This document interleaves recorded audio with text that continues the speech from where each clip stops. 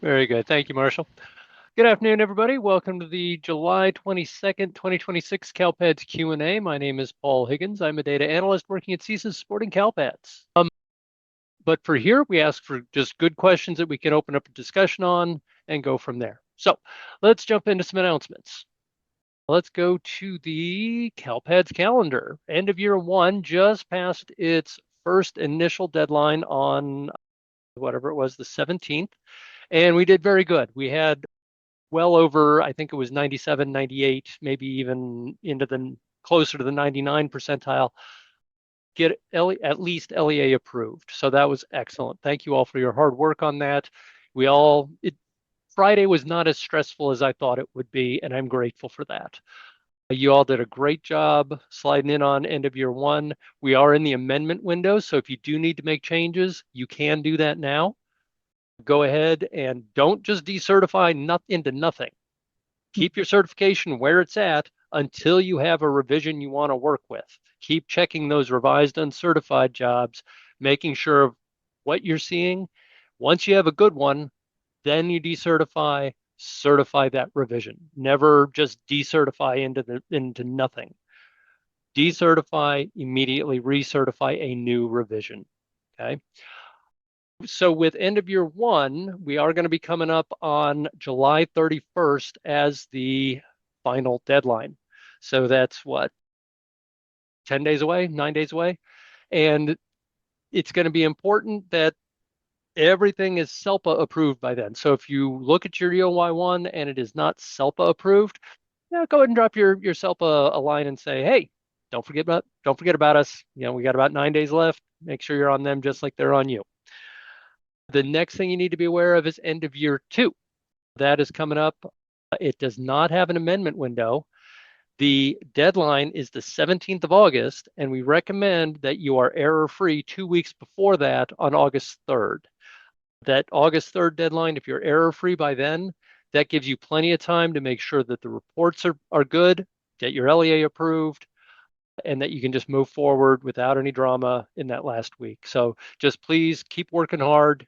We're doing great this end of year, and I hate to say that out loud because I feel like I'm cursing us, but so far, so good. So just keep it up. Also, one of the cohort data will be pulled after the fall or the end of year two, August 17th deadline. So 17th is the deadline for cohort data, which means any changes to the cohort data you want included needs to be posted to CalPADS by the 16th of August because the accountability reports, specifically the cohort reports, need the overnight process to refresh. So if you make changes on the 16th, they will be included on the 17th. If you make changes on the 17th, they will not be included and they will be lost to history. So think ahead, keep planning on that. Let's see what else we got. We did have a flash received today, flash number 327. I glanced over it. I did not read it in detail. The general guideline of what it's about is best practices for acquiring SSIDs for transitional kindergartners and kindergarten students. It's specifically talking about pre-enrollments for English language assessments and what you should be doing this summer, the type of things. So good to give that a good look over. If you have questions, we could probably address them here. But again, I haven't read it thoroughly yet. Let's see. We did have a build go in. I don't know if Angela has joined us and wants to, or has an opportunity to discuss anything, but I know that the build did go in. I believe that the active and fixed known issues is updated, but again, I'm not 100% on that. But I believe that that is the case. I think that we're good on that. And Angela will be joining us in a little bit, but she and Matt were running a little bit late due to some obligations at CSIS. So she can brief us on that when she gets here. Okay, questions from anybody, or not questions, I'm sorry, comments from anybody at CSIS or CDE before we jump in. Does anybody have any comments for the group? Nothing here. Perfect, thank you, Dominic. All right, let's jump in. Q&A box. 305 from Amanda.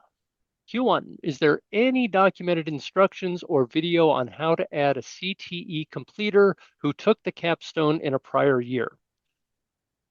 Okay, I'm going to assume you are triggering I think it's the 698 E2, which requires the capstone for the pathway to have been completed in the same year as the SCTE completer record. If they took the completer record in a prior academic year, and let me just say up front, this isn't written down anywhere, so get a pen out. Yeah, if they took it in a prior year and it wasn't offered this year, you need to recreate that CRSC record with an SCSC record for that student in the current year. It will be a fake record, but to get that SCTE completer record counted, they need to have taken that completer record or course in, or the capstone course in this year. So it's, if you've already uploaded, I'm going to assume you've already uploaded all of your CRSC data and the associated SCSC data. So I'm going to, why don't you put in a service desk ticket on this? We'll keep talking about it. But this is one of those things that no matter how quick you are with that pen, there are too many nuances. I want you to open a service desk ticket for me, put my name on it. I'll walk you through it. But the general scenario surrounding the SCTE 0698 E2 is that they took that course in a prior year. It's not being counted right now. So you need to create a phantom course in the current year to make that happen. It's not difficult, it's just detailed. And I'm sorry, Alex, what? No, that's okay. I interrupted you, but I was going to say alternatively, would an option be to put the SCTE record for the prior school year where the capstone was taken? So the student's completer, like their completer report for CTE won't show the student this year, and it would be too late for last year, obviously. But in terms of the CCI is looking across 4 years, and so that student would still technically be counted. Um, but you know, it's one of those where you're kind of mucking it a little bit either way you choose, Yeah. because ideally you want to have it both happen at the same time. Yeah, there's no good answer here. Yeah. And it's, as Alex points out, there's many ways to look at it. You can attack it from one direction or another. Both will get you there. One will get you everything you want in the current year, but you got to make a phantom course, or you get it onto the CCI, but you never really see it on your end of year reports. Hmm. It's, there's no good answer, but we can give you the alternatives and the options. Just put that ticket in, throw my name on it, and we'll get you through it. All right. Nasia 305 Q1. Good afternoon, amazing team. Good afternoon, Nasia. We need to submit 26-27 enrollments for a handful of fifth year seniors. We are in the final stages of finalizing end of year 1 and 2. Is it safe to submit 26-27 enrollments while working on end of year? I don't want to write off 25-26 enrollment data, or I don't want to overwrite 25-26 enrollment data in error. Okay. Let me look at that again, 2067. This is one of those contextual maybes. If you haven't LEA approved your end of year yet, I would hold off on 26-27 enrollments because you're still working with the 25-26 data. And if you add a 26-27 enrollment, that might change how things are looking, but these are fifth year seniors. So I'm assuming you want the 15.x reports to report still enrolled, not dropout. We still have a little bit of time on that, so we can get that done. I just want your end of year finalized before you start uploading SENR data in there. And, So long as we get that subsequent enrollment posted to CalPADS before the 16th of August, we're good. Because that's, of course, the date that we emphasize that it's being collected. Yeah, I would hold off on the 26-27 SENR data for the time being. And as soon as you're ready to do that, put in a service desk ticket, say, hey, I'm ready to do this. Am I safe to? And we'll give you the go ahead on it, no problem.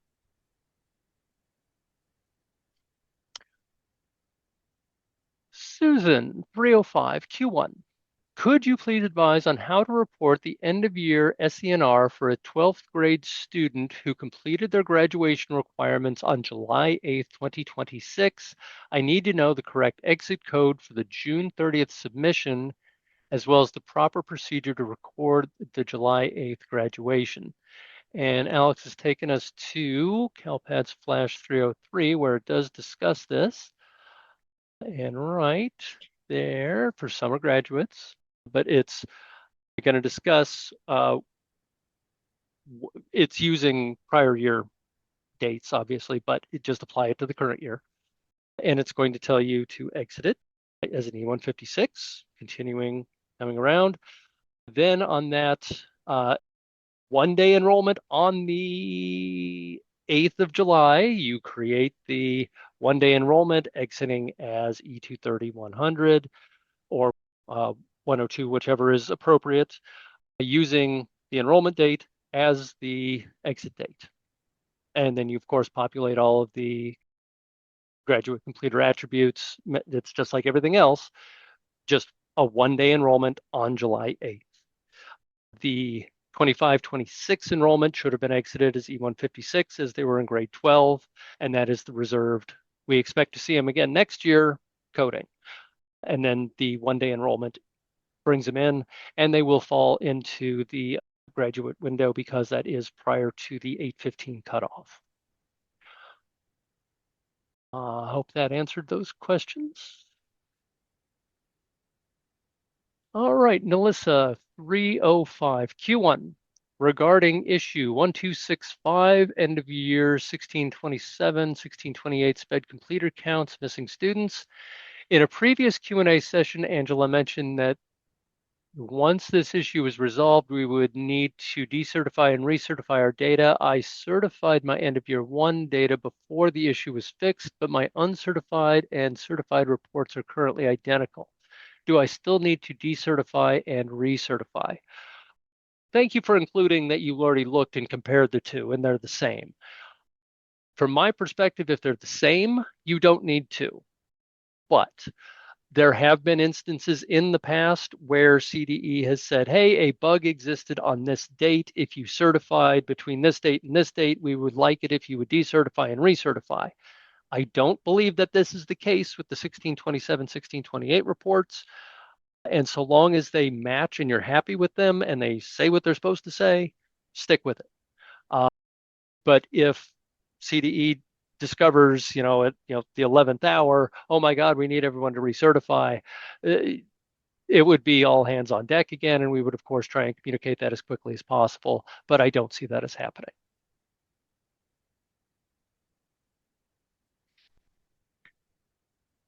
Natasha, 307 Q1. What happens to ELPAC score reports when a home or mailing address is not listed in CalPADS? I'm specifically asking about new kindergarten students who test during the summer. I'm not sure, actually. I see Alex has pulled up the flash for today and kind of scrolling through it. I don't know if there is a mention of this or not, and I don't believe we have a CDE operations office person. Oh, wait a minute. Oh, good, good, good. Let's see. I'm going to expand this so I can actually read that. Okay, submit a student information record with school and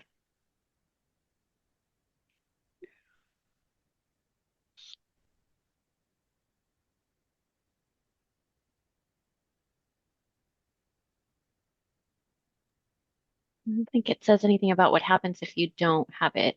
Sean is in the room. Oh, Oh, She just needs permissions.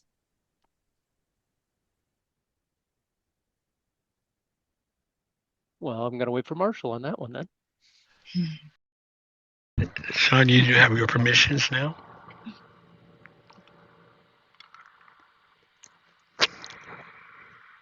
There we go. Thank you.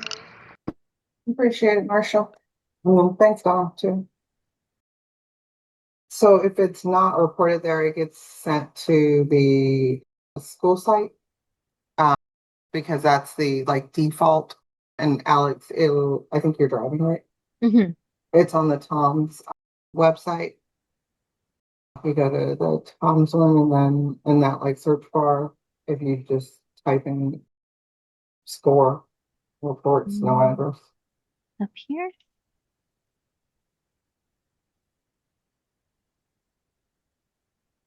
But typically, you have to have that SINF file in there. So I noticed you also said mailing address. So if it's I think there's a way to program it, if I'm correct, to say if there is no mailing address, it'll go to the home address is what populates there. And it's when they're setting up your testing coordinator goes through all of these steps.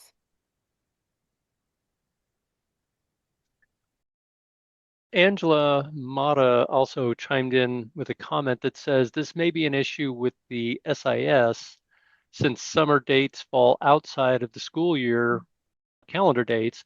I had to play around with the settings in our SIS to get the SINF extract to pull for our summer TBD students. So that may be a concern as well. Oh, look at that. Natasha said, yes, that's why I'm asking. That's a power Okay. school question, and I'm glad that Angela Mata has experienced it, because I wouldn't have been able to answer that one. Thank you for chiming in, Angela. That's okay. Looks like you're having a nice power school discussion there. I'm going to leave that be for a minute and move on down to Charlene's comment here, or question. Charlene, 308 Q1. The end of year 2 deadline, August 17th, is not a Friday. We used to have all of the deadlines on Friday in the past. Yes, it is not a Friday because it's in statute for August 15th. And August 15th, I think, falls on a Saturday or Sunday. Yeah, it falls on a Saturday. And so since Alex is going to the flash too. So thank you. Since it I falls, can't remember which one it was. I don't remember which one either. Sadly.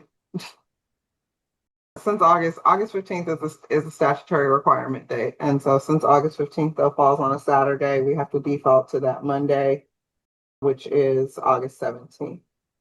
And so that's why it's not August 14th. And I know it's in the regionals. Here it is. In the flash, but we don't know which one. Is that it? Yay, Alex found. All right, and Charlene thanks us for that. And thank you all for that. That was wonderful. Eric at 308. Q1. Regarding program participation for 194 ELOP, are we expected to report only the days when the school is in session, or should we report all days through the end of June? If the latter, will CALPADS permit an exit program date that falls outside of the school's last date of attendance?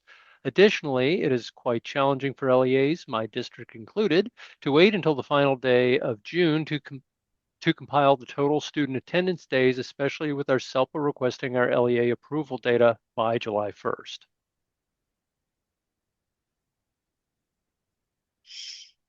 Oh, it's all the days. ELOP is all the days. It's a full year calendar, academic year calendar. 7/1 through 6/30.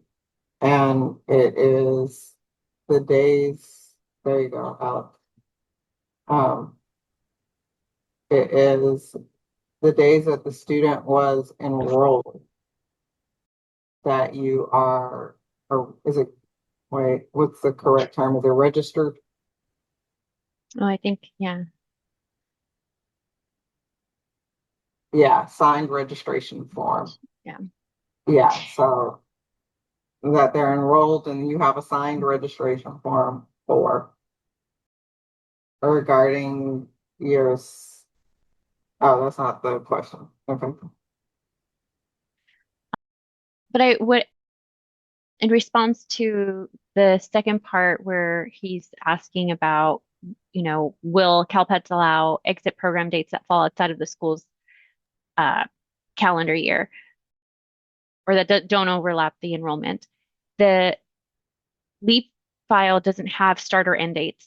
So it's not going to compare it against your enrollment. So long as the student has an enrollment for 25-26, CalPADS will accept that LEAP program.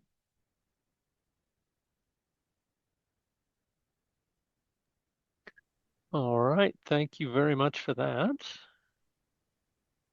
Moving down to Heather, 310 Q1. If an elementary school reports data for CTE participants as electives, will 7th and 8th grade participants show up in the end of year 2 3.2 report, or is that report solely for participants/completers in grades 9 through 12? All right, so we're going to the report mapping guides or report. 320? It says 3.2, but I suspect you're right because 3.2 is not what we're looking for. Yeah, 3.20, oh, there we go. All right, so it looks like the inclusive grade levels do have all the way down to 7. So it would be 7 through 12 would be included on there. So long as they meet all the other criteria, and I'm looking for that right now. So Because courses are reported for grades 7 through 12. That's a requirement for courses to be reported. It's in the FAQs and in the CFS. All right, thank you. The other thing that I wanted to point out, though, is that the 3.20 is a completers list. So if you're looking for participants, your participants aren't going to show up on this specific report. They would show up on your 315. Nice catch, Alex. Excellent. Good job. Yep. All right. Moving on. We got Corey at 310 Q1. I am trying to update PSTS data for 3 students. The academic year was entered incorrectly. I changed the first one with no issues, but the academic year changes to the remaining 2 are not refreshing. Under submissions, my changes appear as posted, but the actual entry is not changing. I have logged out and logged back in and still no change. My last effort was to create a new record for the 25-26 record and delete the one for the 24-25. My new record is not showing up. Is there something going on with CalPADS that is preventing us from making changes to PSTS data, adding new PSTS data? Not that I'm aware of. I guess I would need to see, the job ID to look at it and see what was submitted versus what's posted, the statuses, do all of the due diligence I do to verify that what was submitted is actually posted. You're just based on your description, yeah, there's a concern, but I can't say what it is right now. So this is one of those very specific answers that you need that I can't really get into because I don't have all the information. So if you want to open up service desk ticket, we can drive right on through that.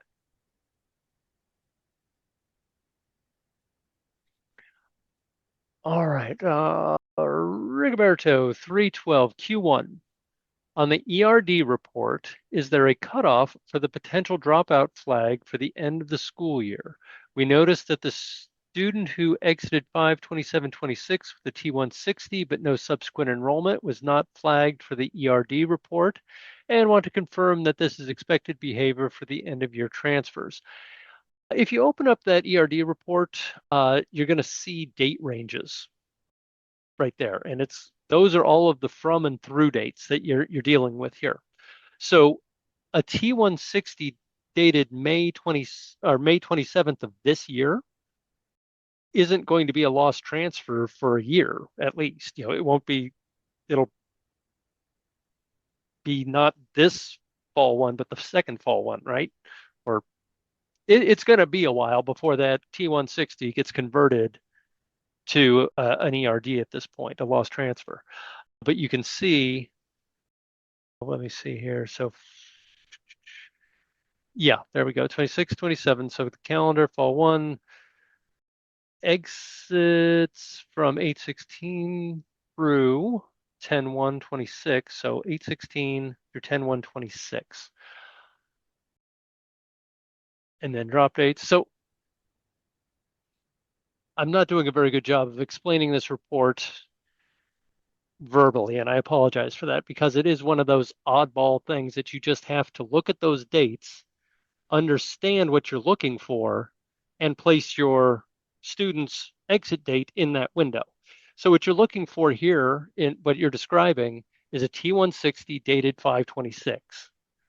So exits dated 8/16/2025 through 10/1/2026 will become dropouts sometime after 8/15/2026. I'm sorry, yes, Alex has it right there, the fall one, as of fall one, 2026, 10/1.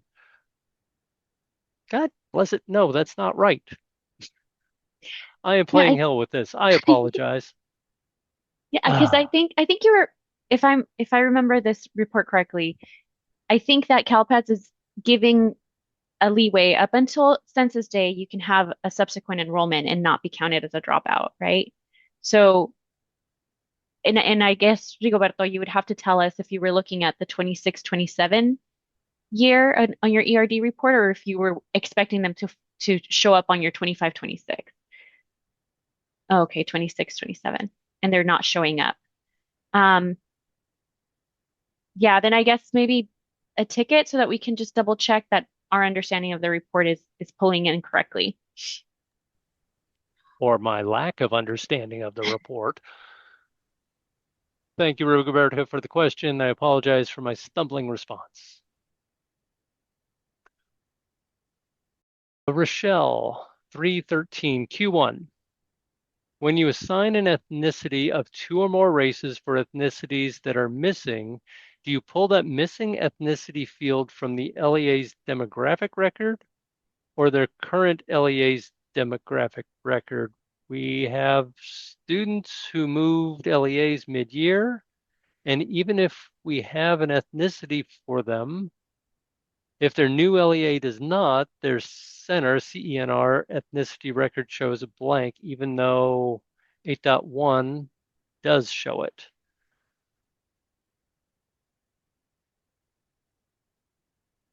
This is one of those, I need to look at it to see what we're talking about, because you're talking about multiple SINF records from multiple LEAs, date ranges aren't specified, and then you're pulling an extract into this. So this is a bit much for what we're talking about here.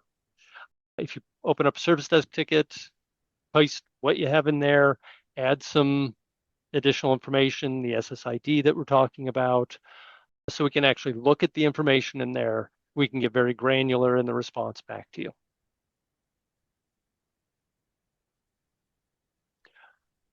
All right. Soraya, 313 Q1, I joined late. Can you please repeat the announcements if there were any? Nothing earth-shattering. We are in end of year. End of year 1 is ending soon. End of year 2 is in progress, has no amendment window, and will be ending on the 17th of August. That will be also the close date for cohort. Cohort will require at least 1 day for any processing, so any changes you want included need to be included by 8/16 or they will not be included. A new flash was released discussing best practices for acquiring SSIDs for TK and KN for students over the summer. That's about all I had. let's see, that's Q2 for Soraya, Q2 for Rigoberto, a Q3 for Rigoberto, and a Q3 for Soraya. Wow, that's a lot of questions for you. Okay, we're going to shoot back up here. We're going to close that out. All right, Soraya, Q2 at 3:15. For the second SPED Q&A, our validation number 22 numbers were refreshed and decreased dramatically. The original numbers shared matched our internal findings. Can you provide detail about how the refreshed numbers were generated? We are pretty confident about the accuracy of the first counts shared. Soraya, for this, please send an email to speddatasupport@cde.ca.gov. We can take a look into those numbers and figure out what happened. Perfect. Thank you, Dominic. Going to Rigoberto 3:18 Q2. This is for Dom. Happy to see him. Is there still Monday weekly meetings or are they bi-weekly now? Should adoption plans be SPED students transitioning from PS to Kinder be 1-to-1, or should the program code be changed from 201 to 400? It's good to see you as well, Rigoberto. We do still have weekly office hours.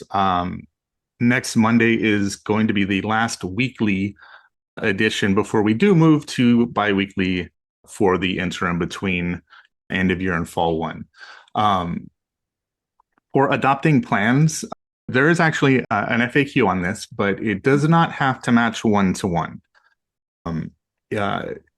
I believe the example in the FAQ talks about updating the program setting so that it will reflect what is going to be in place on the student's plan when they're at the new LEA. So they don't have to match exactly. All right, perfect. Thank you, Dom. Okay, Q3 at 3:21 from Rigoberto. We noticed for a SPED student who transferred out before census day that end of year one fatal SENR 606E1 did not trigger despite the student for not having an overlapping plan record from our LEA. Is this expected behavior because the student transferred out in August? So the SENR 606 error looks at the most recent plan and enrollment.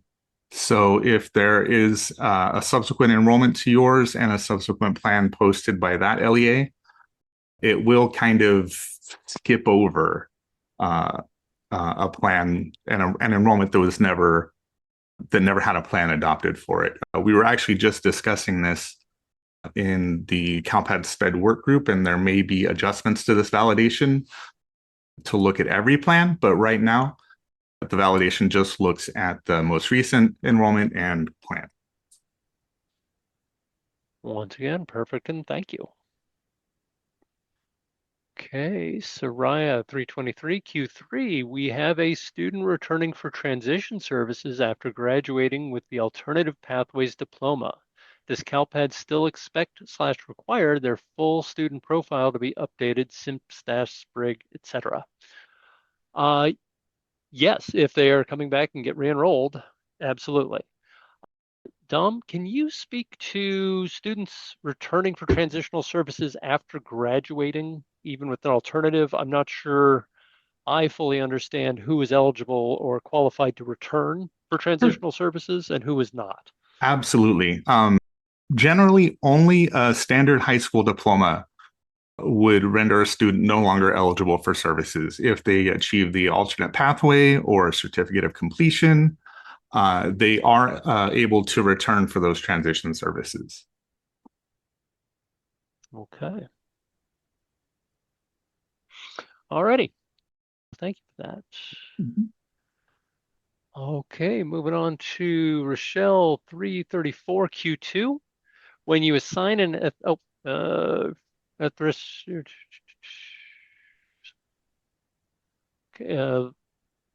looks like the same question. Q2, when you assign an ethnicity of 2 or more races for ethnicities that are missing, Where do you pull the missing ethnicity from? Is it missing as of census day, missing as of any time, missing in 8.1?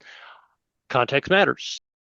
If you're triggering an error, it's going to be as of that threshold date. So if it's fall 1, it's you didn't have it as of census day. If you're triggering an error in fall 2 or in end of year, then you didn't have anything all year long. If there's nothing on the report, that's probably the most recent SINF record populating the report.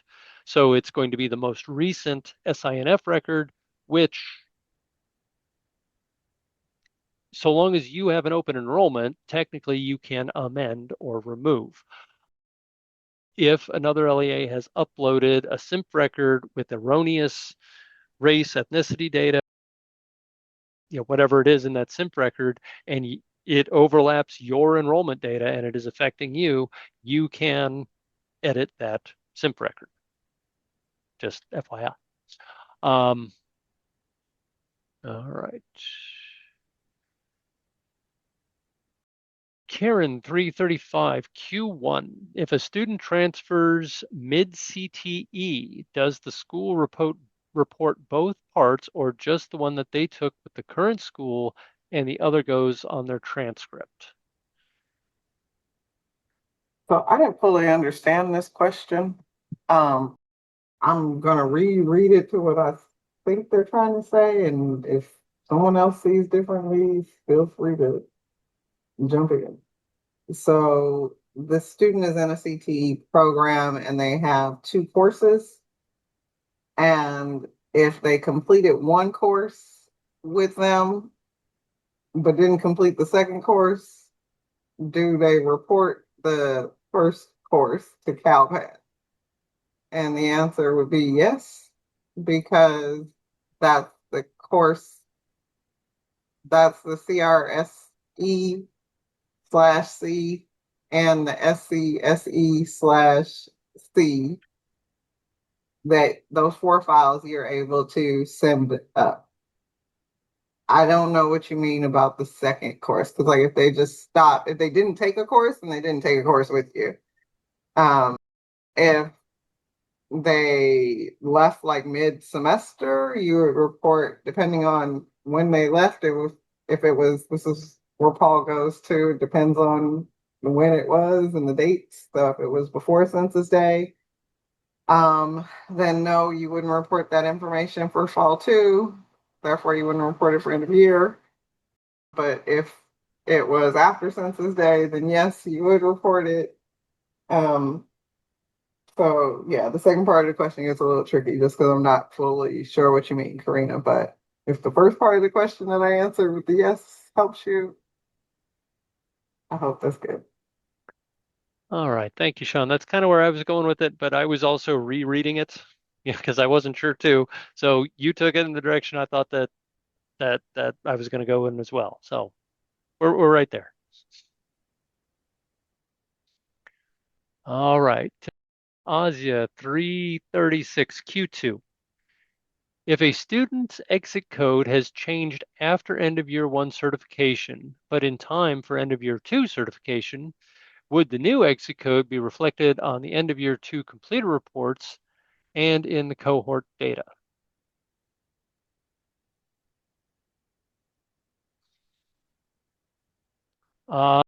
It would be reflected in the cohort data because the cohort data refreshes all the way up through 8/16 before closing on 8/17. So if a change is made today, it'll be reflected on the cohort reports tomorrow.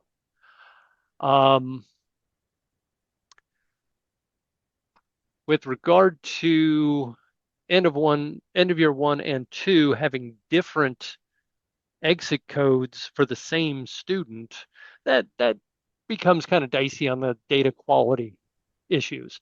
So I would say that if you have materially changed somebody's exit coding and you have certified or LEA approved your end of year 1, but your end of year 2 is open, I would wait for a new revision for end of year 1 to come through showing the new data that you like.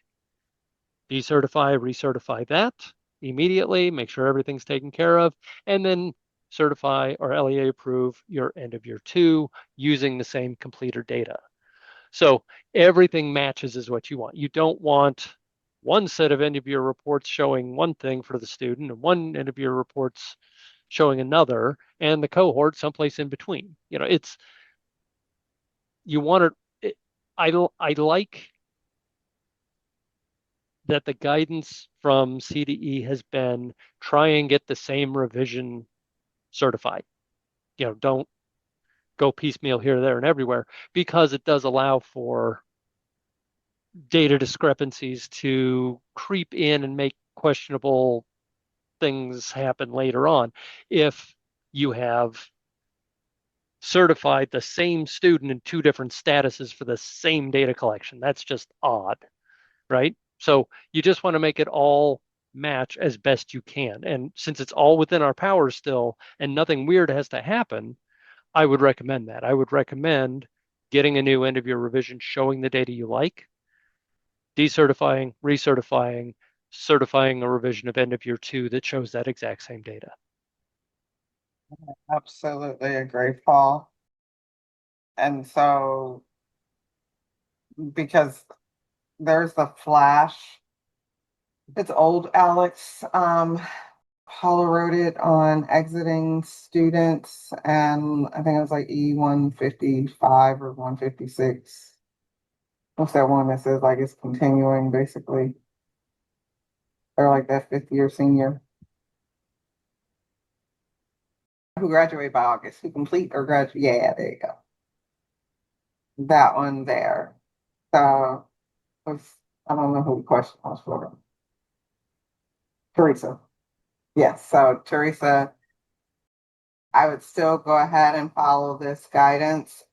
I know I think we're working on one of these just to ensure, since this one's old and it's, of course, includes EOY4. But as long as, like Paul said, as long as your EOY1, EOY2 are saying the same thing, because for your data quality, you don't want mismatches there. So they should be saying the same thing. And so then be mindful of when that student is actually graduating, then is it actually would they be considered a graduate for the subsequent school year? And you should instead be putting in the information in for the 26-27 school year and not the 25-26 school year, because essentially that's already closed. Perfect. Thank you very much for that. My pleasure. Okay, and we're going to move on to Teresa 336 Q1. I have a student listed on round 2 of the end of year data quality analysis of validation 22. If the student is not listed on the SACE search for needing a post-secondary, how do I resolve this issue? Do I manually enter the information into CALPADS? Yes, if the student isn't pulling up in the SACE post-secondary search, but because of the student's enrollment exit data, they're identified as a student who should be surveyed, then you would need to enter it manually using online maintenance. Perfect, thank you. And Rochelle 344 Q3, I hope this is more clear. I'm so sorry. You have said that if we have missing ethnicity in our data, those missing ethnicities get coded as 2 or more races. From your FAQ, the CDE will make a third-party identification using consistent methodology that will report such respondents in the 2 or more races category. Okay, let's go to the CalPADS user manual and look up race ethnicity. There it is right on screen. Okay, so these are the roll-up rules for race ethnicity in CalPADS. When you populate that SINF record and you say, oh, they are both Caucasian, Native American, and African American. So you've just put in 3 separate races. The roll-up rules say that that's going to go to multiple, 2 or more. There are caveats to that with the Hispanic indicator, that if the Hispanic indicator is populated with a yes, it will always roll up to Hispanic, regardless of what is populating the 7 race fields. They will always be Hispanic. If the student is Filipino mixed with any other Asian race, they will roll up to Filipino, not multiple, not Asian. I think those are the two main caveats that kind of break the rule here. But these are the roll-up rules. This is how an individual race gets identified or multiple gets identified. And it's all based on the federal reporting rules that were established.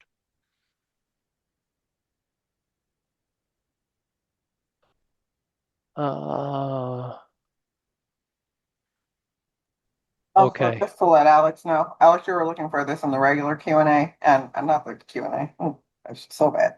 You were looking for this in the regular FAQ, but it's actually in the race and ethnicities. Yes, FAQ was where she was reading from, and Chris put a very nice note, continuing to read in that same FAQ, the options that LEAs have at their discretion. And I'm going to leave it at that. All right. Moving on, I guess. Gary, 349, Q1. We had an LEA with 3 students identified with validation 22, so they were manually entered the PSTS data. Then they got 3 fatal errors because the student was not 16 and so had to delete the PSTS data. Why does the error trigger for 16 when nothing in the PSTS references age, only exit from high school? That's a good question. And Paul, if you remember last time you were hosting, we kind of ran into this because the validation looks at that age, but I had mentioned that Brandy had stated that the post-secondary looks for students age 14 to 21, regardless of grade level. And so this is something we have to take back to requirements and those folks to figure out what is going on with this validation. That's right. I had forgotten about that, but yes, we had discussed that we have the PSTS 0481E1, which has the age qualifier, and that for us it's 16. And you had mentioned Brandy was 17 or 22 up in there, and so we had a discrepancy, but we have not addressed that, have we? Don't believe so. Yeah, and it's in the newest documentation for the state performance plan indicators, which is what this is related to. It states 14 years old or older. Those are the students that we're looking at. So, yeah, we do have to address that. Okie dokie. We really do need, who would we talk to? Would we bring that up in our weekly? I'll make a note of it so that it ends up on our agenda for the next meeting. Yeah, because I can't imagine that we're going to be able to come up with a resolution, but maybe it can get pushed on at the CRIS meeting or something too. Sounds good. Okay, Rigoberto 351 Q4, expanding on Asia's Q2 and my Q1. If we certified a dropout for end of year, is that dropout certified in end of year 1 and 2, 25-26, or in fall 1 of 26-27? We adjusted the T160 to E2 E400 because there's no subsequent enrollment at this point, but are differences in EOI certified dropouts and certified fall 1 dropouts okay if the students get picked up? They're confusing completer dropout and enrollment dropout.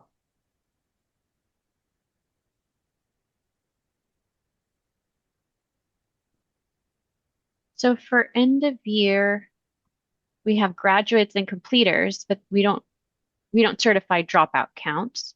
Yeah, However, you do have dropouts for cohorts. exactly. So I think that there is that little bit of a window, right, between like if you don't capture a student's subsequent enrollment in CalPADS by that cohort deadline, then your cohort is going to show that dropout. And then if they ended up posting the subsequent enrollment August 18th, then your fall one wouldn't have the dropout. It would clear it, but your cohort is over and done with, right? So I think, I don't know if that's. But that's why I was like, because they said they said a T160 and an E400. So it's not the completer counts that they're looking at. It's just whether or not the student, it's more of like your ERD report that they're looking at, right? Oh, Angela Mata does make a good point that end of year one has a report for your completer and dropout counts for students with disabilities. Could there be a discrepancy in dropouts if they're a special ed student between end of year one and fall one? Yeah, I mean, theoretically, right? You could have a student who dropped out in May and it's an E400, you don't know where they went. And then all of a sudden they just show up again in August, ready for the next school year. But I don't know that there's anything that you could do to prevent that scenario. All right. I'm still catching up on that conversation and processing it. So thank you for that. We're going to close that. Then we're going to go to Rochelle 351 Q4. When and how is the SINF data pulled and reported to the federal government for quote unquote federal reports? CENR does not reflect the same thing that was certified during the fall one, end of year, etc. when a new LEA reports a SINF with a different or missing ethnicity than we do. That's absolutely correct because federal reporting requirements are very different than CALPADS report logic. And so our reports that are generated for you have that specific like business rules and the logic that's listed for each report. And that's very different than what the feds might require us to, their requirements for calculation. And we do so, Rochelle, because we want LEAs to notice. Our goal is to help you to be proactive in preventing errors. So many of like our reports will show like, oh, there is one of the recent fields that we added is like, there's a greater count here, or there's a lesser count, here. Are you sure that's correct? And so for those columns like that, like we're trying to show you that, hey, you've got a significant difference there. I don't know what report that is, Alex, maybe 8.1. That shows it. I think Rima or Heather did in the regionals. They demonstrated. Angela, help me out. Matt, help me out if I'm wrong. So like those were the columns that like we added there.